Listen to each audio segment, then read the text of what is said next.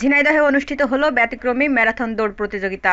আজ সকাল ৮টায় স্পার্ক জিমের আয়োজনে এই প্রতিযোগিতায় অংশগ্রহণ করে ৪০ জন প্রতিযোগী।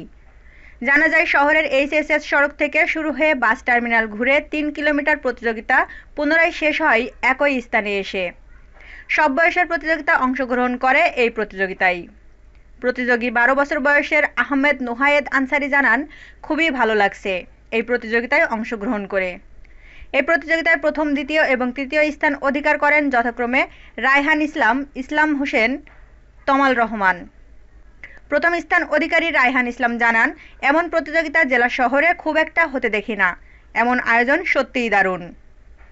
সুস্বাস্থ্যের জন্য এমন প্রতিযোগিতা বারবার হওয়া দরকার। আয়োজক ও স্পার্ক জিমের স্বত্বাধিকারী মঞ্জুরুল ইসলাম মিন্টু জানান, আসলে সুস্বাস্থ্যের বিকল্প কিছু নেই। সুন্দর স্বাস্থ্য সুন্দর মনের অধিকারী হয়। শরীরকে ভালো রাখতে দিনে অন্তত আধা ঘন্টা নিজেকে নিয়েই ভাবতে হবে। তাই এই ধরনের আয়োজন, সেখানে স্বতঃস্ফূর্তভাবে সবাই অংশগ্রহণ করেছে, এটিই বড় কথা।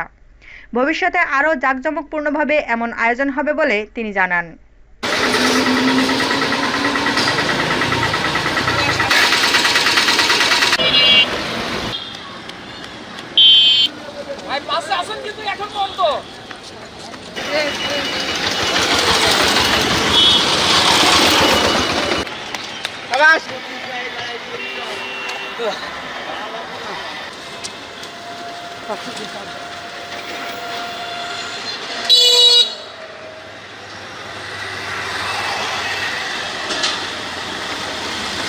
Desk report, eagle TV news.